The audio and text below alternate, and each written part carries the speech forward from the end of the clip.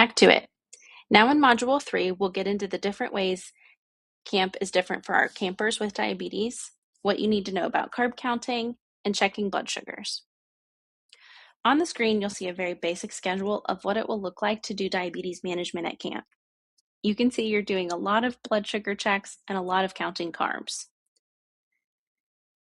It's important to record all of the blood sugar checks that you're doing between meals on a log that can be given to med staff so they can make good decisions about how they're adjusting each camper's insulin. You'll notice you're checking blood sugar before every meal, and of course, you're counting carbs at every meal as well. During activities, you may want to check depending on how intense the activity is. Before campers get in the pool, they should always have a blood sugar checked. Same thing with going on a long hike. It's important to make sure that you're not already having risk of a low blood sugar before doing intense physical activity. Anytime a camper reports symptoms or not feeling well, or if they have concerns that their blood sugar is not matching what their CGM says, it's always okay to check. It's better to check more often than less. You'll be equipped with all of the supplies that you need in our treatment backpacks so that you can check a blood sugar at any time. Remember, recording it is going to help your med staff make better decisions. Counting carbohydrates will also happen at all meals and at snacks. We do our best to make this as easy as possible, so we'll talk about how to get started with carb counting now so that you have a little bit of practice going into camp time. Before we jump into what counting carbohydrates at camp looks like, I'll mention a couple of apps that you can use as you start practicing at home. For people with diabetes, they're counting every single food or drink that they put in their mouths. This is a lot of decision making, and it can take a lot of time initially as you're learning carb counts to figure out how much you're eating. Starting with a resource like Calorie King, which is actually just a macronutrient database, will help give you some idea of which foods contain carbohydrates and how to guesstimate a little bit better. Carb counting is a practice, but using a resource like this will give you the basics so that you understand which foods are carbs. Some apps that are used for macronutrient counting for dieting may not be as accurate as they have user entry. Generally, I steer away from those at camp so that we can be as accurate and as close as possible to true carb counts. So I use things that are connected with the USDA database, which allows me to ensure that those carbs are accurate. The longer you carb count, the better you get at guessing. It won't be long before you're looking at the sandwich you eat a couple times a month or the restaurant you go to with your friends on a weekly basis, and you'll know how many carbs are in those meals because of the repetition. Start practicing now, and you'll find by camp time, you'll probably already be a pro. At camp, there are two ways that we count carbohydrates. The first is a nutrition facts label. These are going to be found on most of the snacks that we have, as they're generally single-serve, pre-packaged items. This makes it easy to get the snacks out to your activities, but also helps so that you know that you have good, accurate carb counts. Looking at the nutrition facts label on the screen, you'll notice I've highlighted two areas: the serving size and the total carbohydrate. The serving size is highlighted because not even all single serving packages have a single one serving in them. You want to make note if it says 2 servings per container, or if the amount they are listed isn't the entire amount of the package. You'll see this often on things like chips or trail mix. For this particular example, this is a box of cereal. 2/3 of a cup contains 37 grams of total carbohydrate. Notice dietary fiber and total sugars, as well as added sugars, are all indented under the bold total carbohydrate. For camp purposes, we generally don't worry about the indented numbers because they're already factored into that total. The 12 grams of sugar, the 10 grams of added sugar, and the 4 grams of fiber are part of that 37. Now, some people ask about net carbohydrates.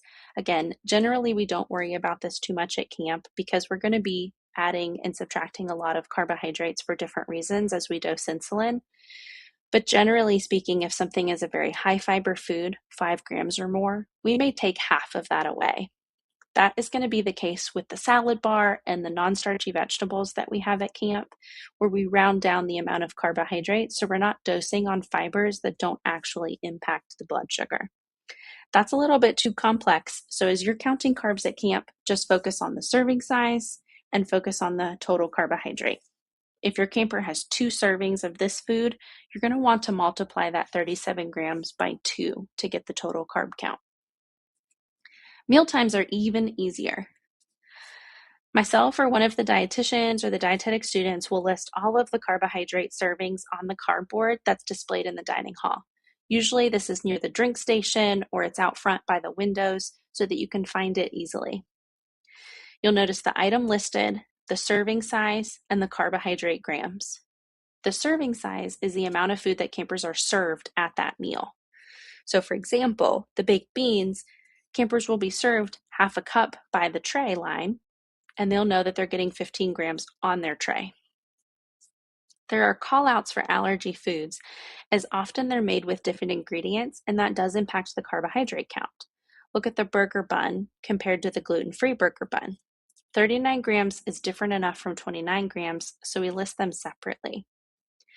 One of the most important things when using the carbohydrate board at camp is to note that this is what's in the total serving of that food.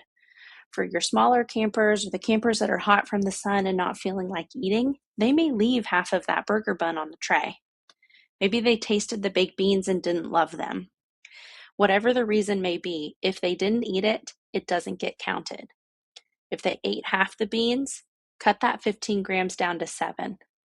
If they dropped the burger bun before they finished it and maybe lost the whole top bun, drop that by half. Part of this will be getting comfortable with your campers and having those conversations with them before they throw away their tray. As a rule of thumb, it's always better to aim low with carbohydrate counts because we can't take away any of the insulin that we dose if we overestimate our carbs. Lower is better on the carbs. So as we get into checking blood sugars, it's important to understand the ranges, but also important not to get too caught up on them in the camp setting. Generally speaking, blood sugar levels between 80 and 180 is a great range. Many of the insulin pumps are working to keep campers between these two numbers automatically, but as we're checking blood sugar so frequently and giving insulin, we generally don't worry too much if a blood sugar goes a little bit too high. With stress, heat, dehydration, and excitement, there are times that the blood sugar levels are going to pop up above 180, and we'll talk about that after we've talked about how to check a blood sugar.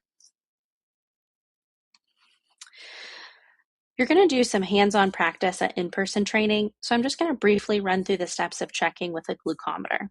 A glucometer is a finger poke that gets a small amount of blood onto a test strip where a small machine will analyze that blood for the amount of sugar. You always want to make sure you start with clean hands. Warm soapy water is best, but really we're at camp and things are dirty, so an alcohol swab on the finger you're going to poke is sufficient. Make sure it's perfectly dry and do a little poke on the finger. The next most important thing is to remember that the glucometer is turned off. Placing the test strip into the machine in the correct way will turn the glucometer on to sample ready mode. Pressing on a glucometer will just get you into the menu and settings, and so it's best just to start with a completely turned off meter. Best practice will be to wipe away the first droplet of blood and get a good second drop. This isn't always practical at camp where dehydration can make it difficult to get a blood sample. So if you're able to, great. If you're not, that first blood droplet is going to be fine. You'll hold the droplet up to the end of the test strip where it'll absorb into a tiny straw section of the test strip, and a reading will be displayed shortly after. Record that reading and make sure you provide that to your med staff. Continuous glucose monitors are very popular at camp as well. This is an example of what one looks like under the skin. A CGM is a small device that is reading interstitial fluid rather than blood. This means there will be small differences between a finger poke and a CGM reading. Generally, we don't get too caught up in those differences unless they are way, way different. Looking at the picture on the left, you can see the blood vessel with the yellow glucose molecules. Think of this like a highway. The interstitial fluid is the country road that runs alongside the highway. As the traffic gets heavier on the highway, some of those cars will exit and go onto the country road to help balance out those levels. The same thing is happening in the body with the blood vessels and the interstitial fluid. As blood sugar levels rise, it starts to get higher than the fluid, and some of that sugar will translate over until they both match. The CGM, reading the interstitial fluid, is always going to be a little bit behind because it takes a while for the highway to impact the country road. Looking at the graph, you can see all of the other information that you get with a CGM. The dots would indicate when you're checking a finger stick blood sugar. You can see even just a couple minutes after a finger stick that the blood sugar is already on its move again. CGMs give us more information than a finger stick blood sugar. You'll notice on your CGMs little arrows that point in the direction that the blood sugar is anticipated to be going. This can be helpful as you're deciding what to do with campers. At in-person training, we'll talk about what you would do if you saw a 90 with a double arrow down right before a kiddo is getting ready to get in the pool, and likewise a 250 double arrow up getting ready for bed. Both of those scenarios will have specific recommendations, and we'll talk more about that in training.